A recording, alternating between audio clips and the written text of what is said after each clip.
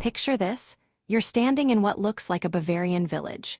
Half-timbered buildings, flower boxes overflowing with hydrangeas, the smell of fresh strudel in the air.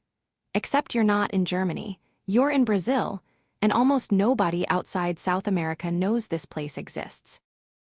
I spent 3 weeks exploring Brazil's southern states, and I'm not exaggerating when I say this region feels like a completely different country. The architecture, the food, the climate, even the way people speak Portuguese here.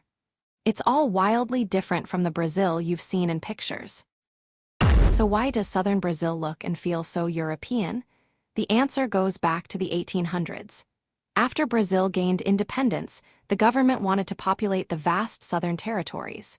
So they actively recruited immigrants from Germany, Italy, Poland, and Ukraine to settle here and farm the land. These immigrants didn't assimilate into Brazilian culture the way you might expect. Instead, they built replicas of their European hometowns, complete with churches, breweries, wineries, and architecture that would look perfectly at home in Bavaria or northern Italy. And those communities, they're still thriving today. Let's talk about Gramado first, because this town is absolutely surreal. It's in the mountains of Rio Grande do Sul, about 2 hours from Porto Alegre, and it looks like someone airlifted a Swiss alpine village and dropped it into subtropical Brazil. I'm talking fondue restaurants, chocolate shops every 50 feet, and Christmas lights year-round.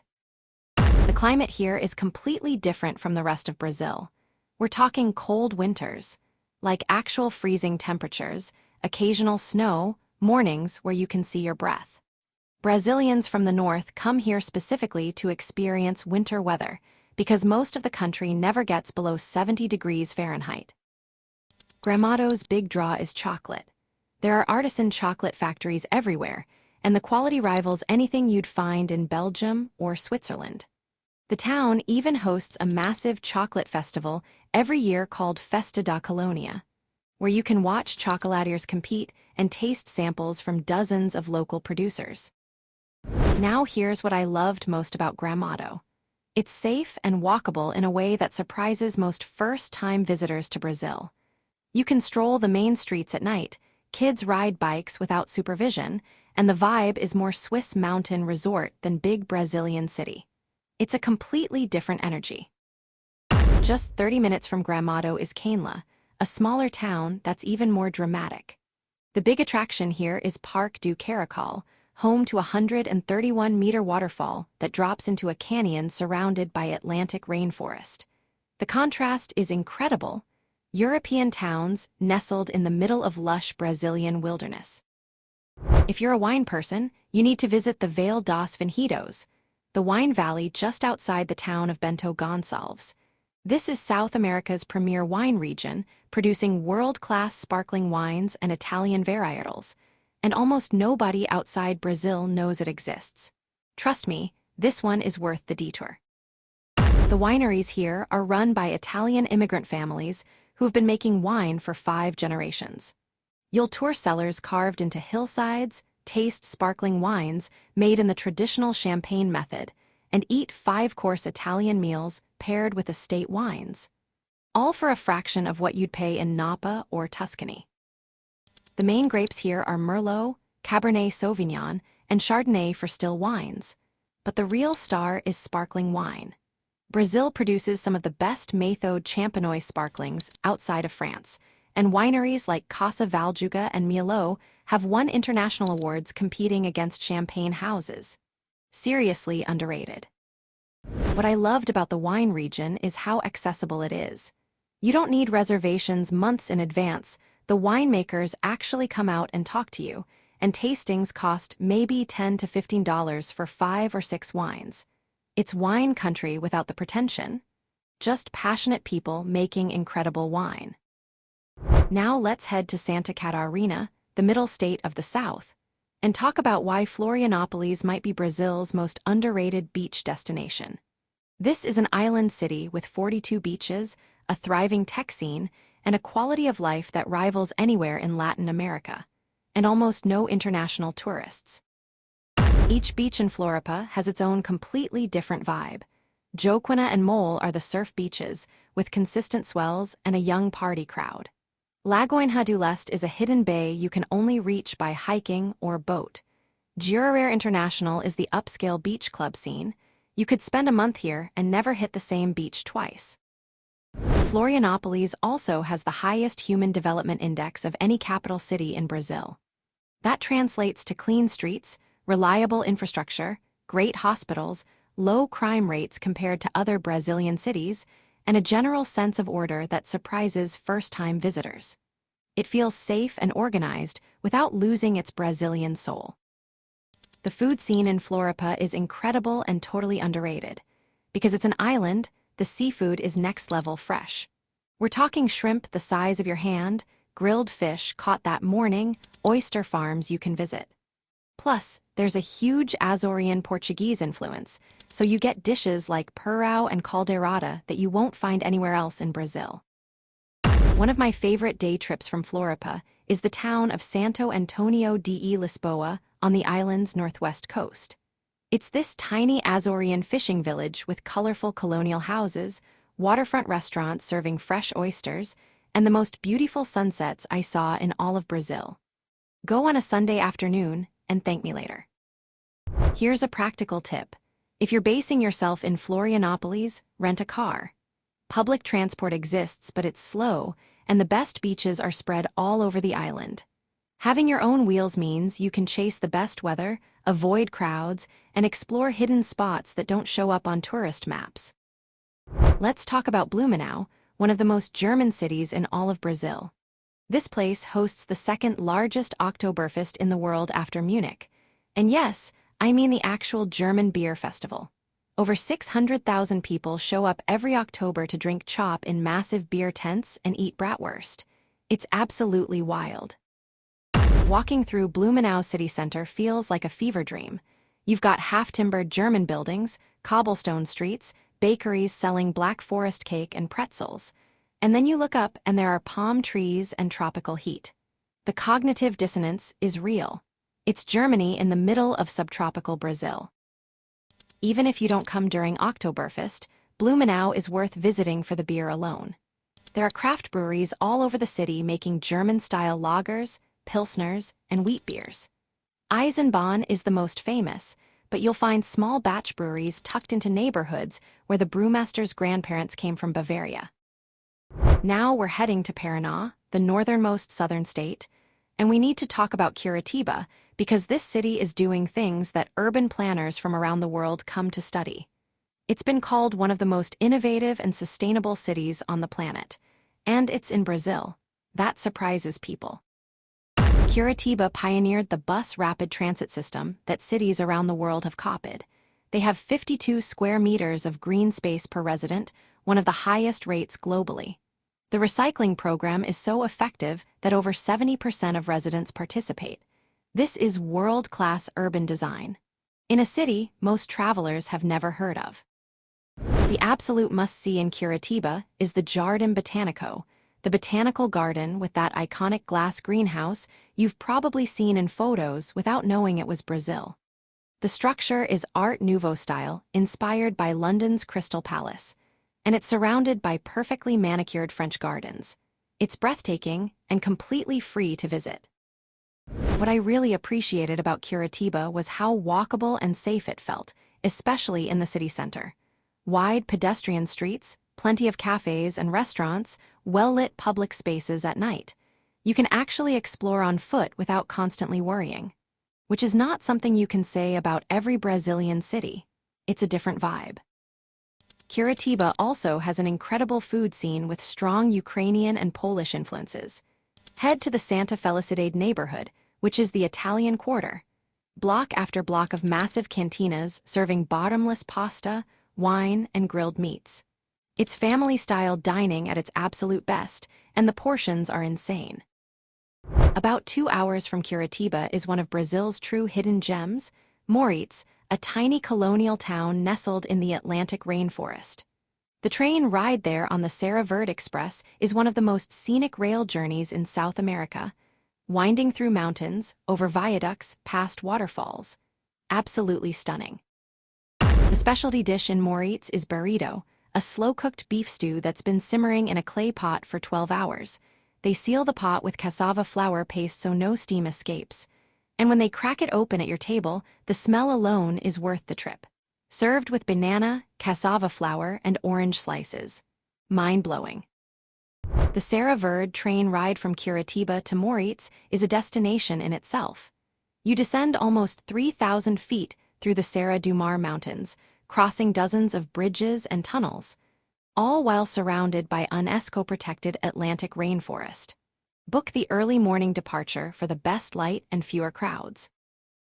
Now let's talk about one of the most dramatic natural wonders in all of South America, Foz do Iguazu, the waterfalls on the border of Brazil, Argentina, and Paraguay. This is bucket list stuff.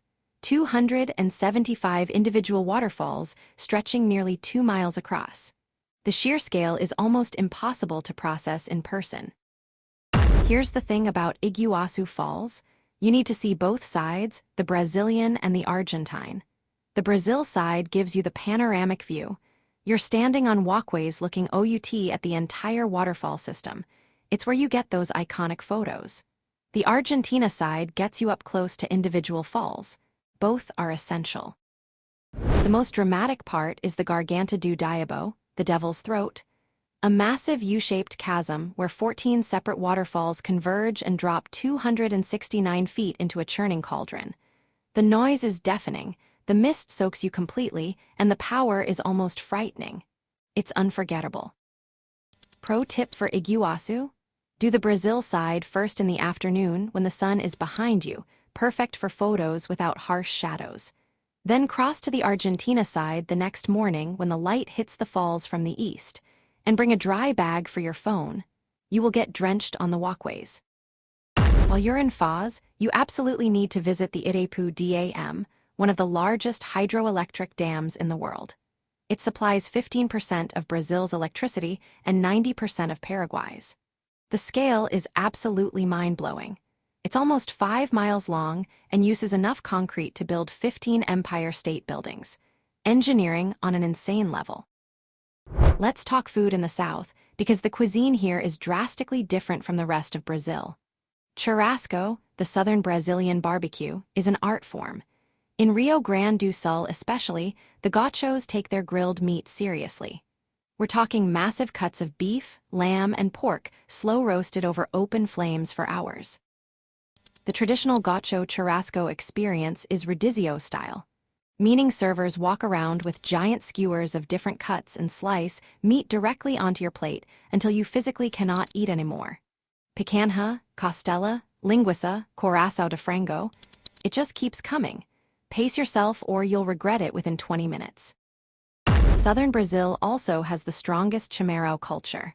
That's the traditional mate tea drunk from a gourd through a metal straw. You'll see locals carrying their cuia and thermos everywhere. At the park, the beach, even walking down the street. It's not just a drink, it's a social ritual. Sharing chimarrão means friendship and trust. Here's something that shocked me about the South. Snow. Yes, actual snow falls in parts of southern Brazil almost every winter. Towns like São Joaquim and Urubici in Santa Catarina's highlands see regular snowfall between June and August. Brazilians from the north come here specifically to see snow for the first time in their lives. It's surreal. The south also has some of Brazil's best hiking and outdoor adventure. The Aparados da Serra National Park has canyons that are absolutely epic. Sheer cliff walls dropping over 2,000 feet, Atlantic rainforest below, and trails that take you right to the canyon edge. If you love dramatic landscapes, this is unmissable. The trails at Aparados da Serra range from easy rim walks to challenging descents into the canyon. The most popular is the Trilha do Carvilho, about 3.5 miles round trip along the canyon rim. Go early in the morning before the clouds roll in. The views are clearest, and you'll likely have the trails mostly to yourself. One of the most interesting cultural aspects of the South is the gaucho identity. People from Rio Grande do Sul identify strongly as gauchos first, Brazilians second. They have their own traditional clothing, their own music, their own dialect of Portuguese. It's a regional pride that runs incredibly deep, almost like Texas in the US. The gaucho culture comes from the historical cattle ranchers and horsemen who work the vast pampas grasslands. Even today, you'll see traditional gaucho festivals with horseback competitions, folk dancing, and everyone dressed in bambachas. Those distinctive baggy pants tucked into leather boots. It's living history, not a tourist performance. Let's talk budget because southern Brazil is shockingly affordable compared to what you'd pay for similar experiences in Europe or North America. A nice hotel in Gramado runs $40 to $70 a night. World-class wine tastings are $10 to $15. Full Churrasco Rodizio feast, $25 and you're stuffed for 2 days. Transportation in the south is also really well developed. There are regular buses between all major cities, the roads are in good condition compared to other parts of Brazil, and domestic flights are cheap if you book in advance. Curitiba to Florianopolis can be as low as $40 one way on Gol or Azul Airlines. Safety is one of the biggest questions I get about Brazil, and here's the honest answer. Southern Brazil, especially cities like Curitiba, Florianopolis, and Gramado, have significantly lower crime rates than Rio or São Paulo. You still need to be smart. Don't flash valuables, avoid empty streets late at night. But the vibe is noticeably more relaxed.